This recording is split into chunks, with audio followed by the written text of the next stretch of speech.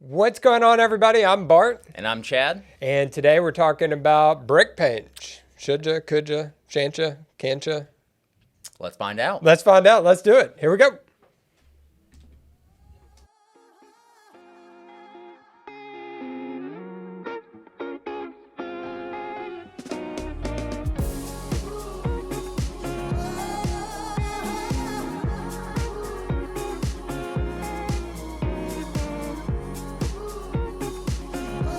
All right, guys, welcome to this episode of the Caldwell Painting Podcast. Chad's with me today. Normally we're filming videos and stuff independently of each other, but today we're together. Yeah, it's nice. Nice to have both brains here and kind of talk about what we just kind of enjoy talking about. Yeah, and our passion. Painting's our passion. Yes. Yeah. Remember that Progressive commercial where they're like, where she's like cycling or something, and she's like, cycling's my passion. I don't recall that one. They all kind of run together for me. Yeah. I feel like it's getting a little overdone at this point. Yeah, that's true. Yeah, I think it was Flo. It was like Flo's sister or something. I don't know. Anyway, not very important No. today, but what we're going to be talking about today is important. Absolutely. There's a right way and a wrong way to paint your brick, and the wrong way is a disaster. Absolutely. The right way, though, is it worth it? It depends, I think. You know, it really does. It's so subjective. It's like such a Right. hard question. It's like, is it worth it to paint your brick? Yeah, it looks amazing. It does, and that comes down to personal preference too. Some people love the look of raw brick. Yeah, some people just think that it is just sheer blasphemy to paint brick. Absolutely. And like the comment section right now is filling up with like, you should never paint brick. You're ruining your brick. You're breaking your brick.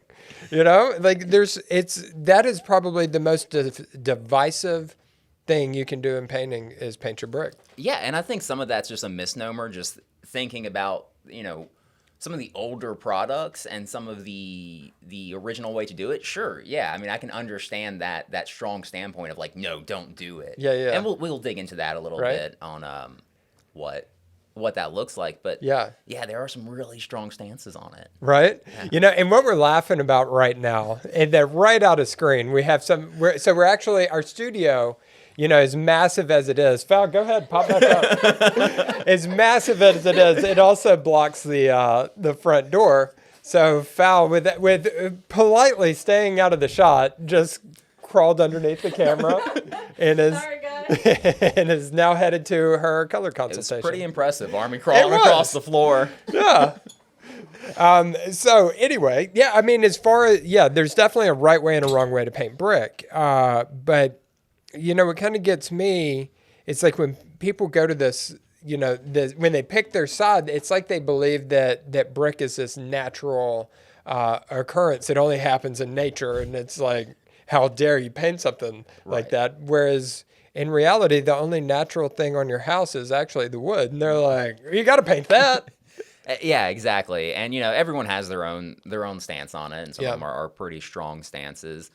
And there's fair points on both sides, I don't think so. Well, I mean, from people just enjoying the actual look of the brick, course. And I can get that. And there are some homes, some brick styles that I'm like, yeah, I mean, I wouldn't touch that. It looks incredible on that house. Yeah, nice brick. Exactly. But, if you're choosing to paint your brick, right? What's your favorite product? My favorite, well, all right. So there's different use cases. Like, sometimes brick leaks. Mm-hmm. On older homes, it's not uncommon to have really leaky brick, and that's where it really starts the trend. I think, especially in like really old buildings. Like walking around, say like Boston or that old site in Memphis, we have Midtown, with these older houses. And lots of times they'll have water issues. They'll have moisture issues. Where in like a hard rain, that water is coming inside. And it's always like that 60-year-old man that's anti-brick painting. Like, oh, you can't paint brick. Like, well, you go live in that house. Right. Let nature come inside, and let's see how quickly you change your mind. Yeah. But if the brick's in good shape, and you're not having moisture issues. I personally love the mineral paints, like the Romabio paints, the JH Lime paints, there's a ton of them because now they're kind of starting to get real boutiquey and they keep popping up, like really quick with different mineral paints. I have a lot of experience with Romabio over the years. We've been using it for a very long time. So we got a pretty good idea and understanding of what its strengths and weaknesses are. And some are a little bit different. There's a new one that Sherwin-Williams pushing forward. Well, actually, the company's been around for a while, but in Sherwin-Williams fashion, they purchased a company, and it's called Keim. Keim. Keim. I think I'm pronouncing it correctly. But that could be another interesting alternative to Romabio. So we'll probably talk about them a little bit more here in a second. Yeah, definitely. Yeah, and I think that those two products is really kind of that bridge, right, from the people that think that painting your brick is just absolute abomination, right? Because and they're wrong for that. Not only is it healthy for the house, but you still keep that texture, which I think is what a lot of people hated about painting with an elastomeric or just a latex style paint. Yeah, is you lose so much of the character of the home by losing the texture. I think so. And I think the use case for that is to waterproof a house, right? Which comes at a cost. When you waterproof a house, yes, it keeps water out, but it also keeps water in. And your brick needs to breathe. Mm-hmm. And lots of times with failures with the latex paints will be peeling, right? And peeling, say if it was installed correctly, because again, there's a right way and a wrong way to install latex elastomeric paint or any type of waterproof coating, and if it's not done correctly, that paint's not bonding. Exactly, and I mean it's good for what it's used for, right? Yeah. Like you said, if it's applied correctly, it'll do the job it's meant to do. It does kind of give that plastically look to it, almost like a Barbie dream house. Even in a flat. Even in a flat. It's you lose all your texture. You know, so if you don't need it, don't use that product, right? Like, right. If it's not a necessary use case, then I think even in that flat, it just kind of looks cheap. It kind of looks utilitarian, but that's what it was designed for. It's designed for like cinder block retaining walls, and I think it just kind of looks cheap. Whereas like a Romabio on the side of a house just looks like money. It looks like you just put $100 bills all over. It's just 100%. It's a completely different look. And with it being a mineral paint too, just the way it presents color even is really cool. And we can get down to the really specifics of how that works. I don't care about specifics. But, it's just it presents just know color. that we know. Right. It just presents color in a much different way. I guess the best word I can use is almost like a softer way. Yeah. That's just really eye catching. You feel good almost when you look at the house. Right. It's almost like a feeling. It's a really great product, and I like it, and that and going back to like with the latex stuff and like trapping moisture in. So even when it's installed correctly, that's where that peeling will come from. Now Romabio, it'll look. I've seen a quote unquote peel from an application error. Just from in spots where just applying too much of the material, not letting it soak in, or it just something in the application error, application process. But I've never seen it in like a widespread failure. The downsides to it, like with the Romabio, it not being a traditional style coating, is it'll actually wear away. So like flat surfaces, now even most latex paints, when you go to a flat surface, you're like, yeah, if it's being walked on all the time, it's being touched it's just not going to last, no matter what you put on it. Right. That's why I like the Trex boards for decks and stuff are so popular. Like, well, there's nothing to peel. It's just a solid piece of plastic. Right. Decks are so if you can do that. But I mean, no, it's a really great product, and they have different ones. They have the masonryflat, and they have the limewash, both completely different looks, essentially kind of the same-ish product. One just calcifies, masonryflat just calcifies a little bit harder, so it's not wearing, by that limewash gives that real European look. Yeah, the chemistry is a little bit different between the two as far as the minerals used. The masonry flat's a potash silicate base, whereas the limewash is actually a limestone base. So what happens with the limewash is it's really cool the way that it works.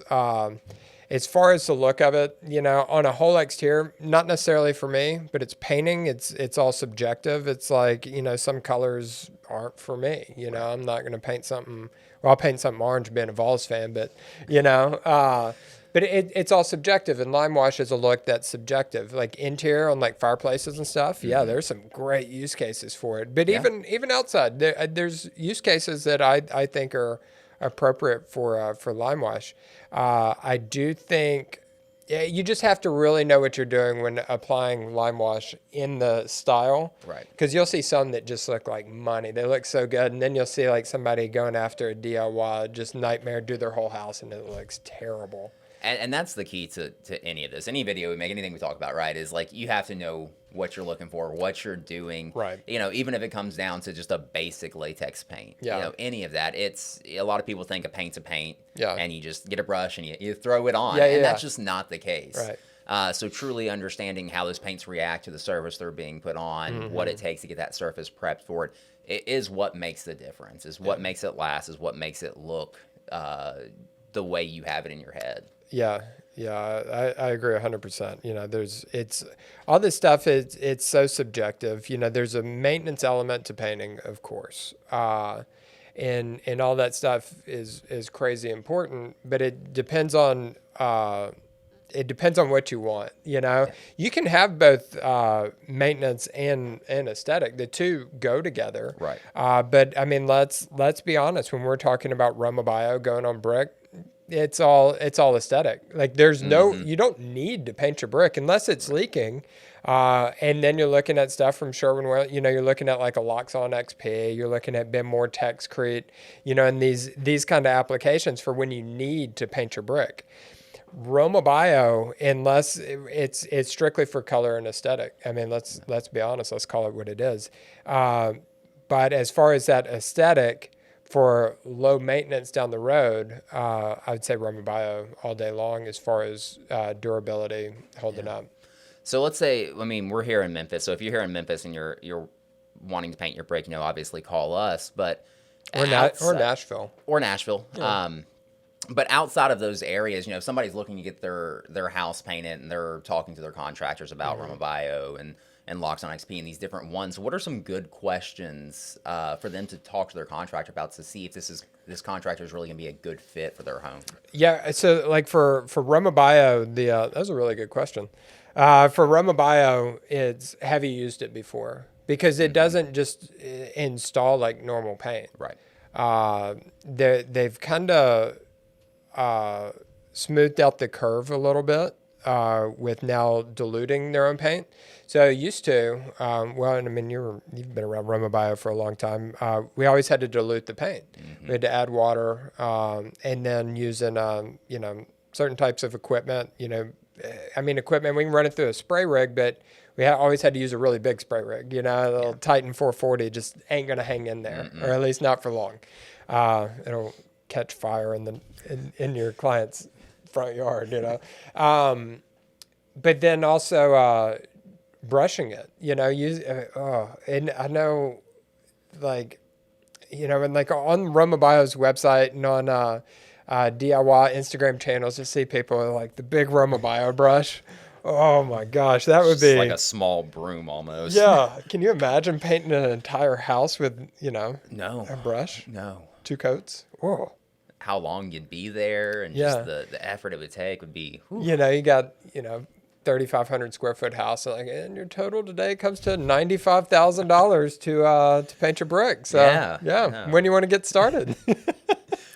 But yeah, just figuring out if they've used it before is great. Yeah.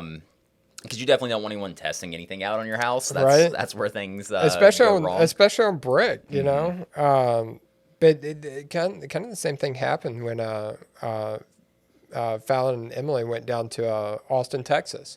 That was that paint contractor's first Romabio job, and it was going horribly wrong, you know. And so then they're in a position where, you know, they're coming out there to Austin, Texas to kind of straighten everything up, you know. And at least that contractor, you know, he took the appropriate step. He reached out to someone that knew exactly what they were doing and said, hey, I'm having some issues here. I don't want to disappoint my customer. Oh, that wasn't the contractor. That was the homeowner. Oh, well, excuse me. That was the homeowner. Just kidding. See, this is why it's important to ask those questions and figure that out. That homeowner you know, put the brakes on it pretty quick and, you know, just went from that standpoint, you know, got it cleaned out. The contractors out there with the pressure washer, because it was before it calcified. They were able to catch it before it fully calcified. Because once it calcifies, it's like, you got it. You know, it's like getting a tattoo. Like, you got it. Yep. And I mean, no one's ever regretted a tattoo before. So no. But yeah, I mean, just if they're able to kind of talk like we're talking now and really kind of be able to break down what that paint does, how it's to be applied, then you're probably going to be in a safe place. In my safe space. Exactly. 3 feet. Because a lot of contractors, you know, they'll be like, hey, can you use this? Yeah, sure, we can use it. Right. They want that sale, right? They want that money coming in. Like, oh, yeah, paint's paint. They're not thinking about the... And they're halfway through it and they're like, this paint's broken. Right. And they don't... It's just a different mindset, right? Like, that's why we do these videos, is to share the information that we have, you know, help... Yeah. You know, that's our goal, and that's my goal anytime I go to a sale. I know yours is the same thing, is to not necessarily make the sale, but help the homeowner in whatever situation they are. That's right. Yeah, it's to find solutions. And, you know, fortunately, we're in a business where we can find solutions and make money doing it. But, you know, a lot of jobs to find those solutions, we don't make any money, you know, and it turns into heated arguments in the office. But at the end of the day, you want your client to be with the product, on the right product for their house. You know, if it's aesthetic, maintenance, or both. You know, there's products that fit those use cases. Yeah. And Romabio, in my opinion, for brick, if it's not leaking and it's in the right use cases, is a phenomenal product. Absolutely. And it's just a big decision overall, painting your brick, because most of the time it's in most of the surface area. Yeah.